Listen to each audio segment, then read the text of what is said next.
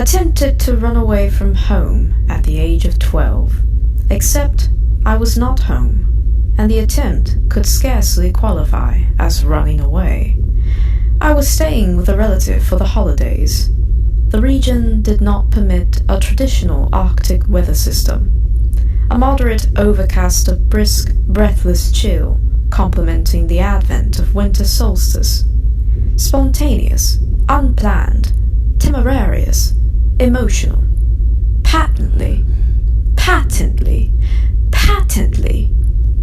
adolescent. I had given myself away, modestly, by proposing to sleep on the couch downstairs, in spite of the guest room, upstairs, and hence disqualified for zero compromise to sound suppression. A list of items: stuffed Valentine's Day poodle, suitcase with articles of clothing and toiletries, one dense, lumbering winter coat, and the piece de resistance, one limited edition Mario-themed Wii, sleek, uniform red, standard model, relatively new, a recent Christmas gift to wit. That night, several days succeeding Christmas, would successfully extract the poison for an insecure home. As it stands, I was responsible for the installation of a home security system. Roughly a quarter before the midnight hour, I had prepared to venture into the unknown.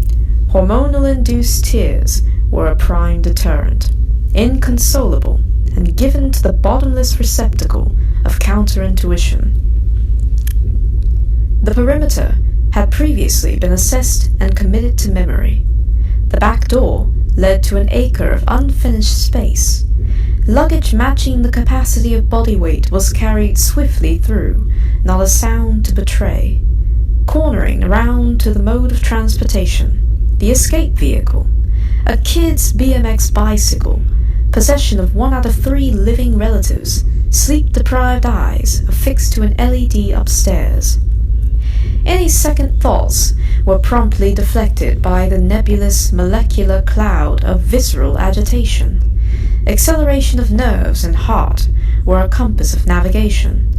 Human activity was still observed as I passed casually by a small, disinterested family. Continuing under scrutiny of street lights, compressed lungs and unsteady breathing forced a premature brake atop a hill leading a few kilometers to the neighborhood exit. The luggage was cumbering, oxygen depleting, the counter of respiration against wind, peerless. Ultimately, possessions were carelessly displaced to a small locality of grass adjacent the sidewalk. In the pitch of night, absent any placement of street light, nothing could be seen. Upon first light of the following morning, the evidence would be plain and baiting. All trace of tangibility relocated to another home's dimension. Meanwhile, the anti-fugitive cycles along, visibly discouraged and dangerously low of thermal energy.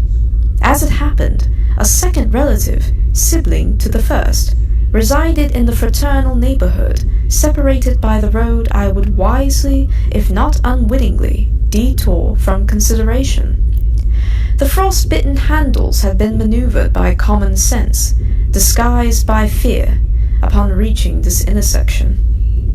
Proceeding to the impromptu destination, further away from false intention, steadily progressing towards psychological ruin, I had arrived, untrained of lung capacity and debilitated from rational thought. After reserving a moment to expend the inevitable with sobbing release, I approached the garage and input the code, to no avail. Exhausting this option, the front door would be met with a stroll of lassitude and unspoken defeat. For a precise total of 10, the doorbell ringed. Assuredly they were present. The plea for help suppressed.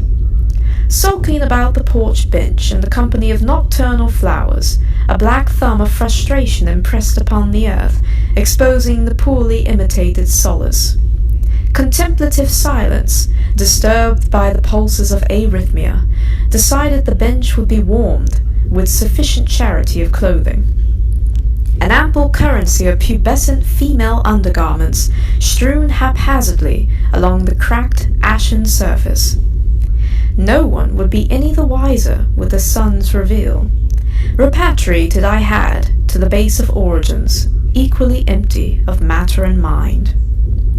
Before my grandparents appeared on the scene for retrieval, no suspicions were evinced, no inspections. The military background unquestionably negated such intuition for the second witness.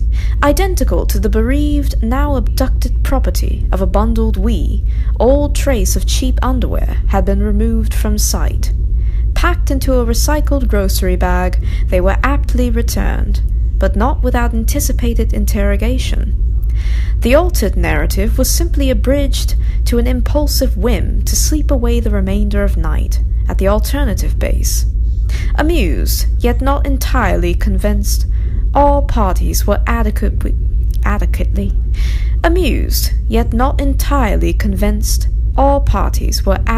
humoured. Prior to departure, it was indeed confirmed that the consecutive ringing was clearly heard. Even so, the anti-fugitive is not entirely pardoned from crime.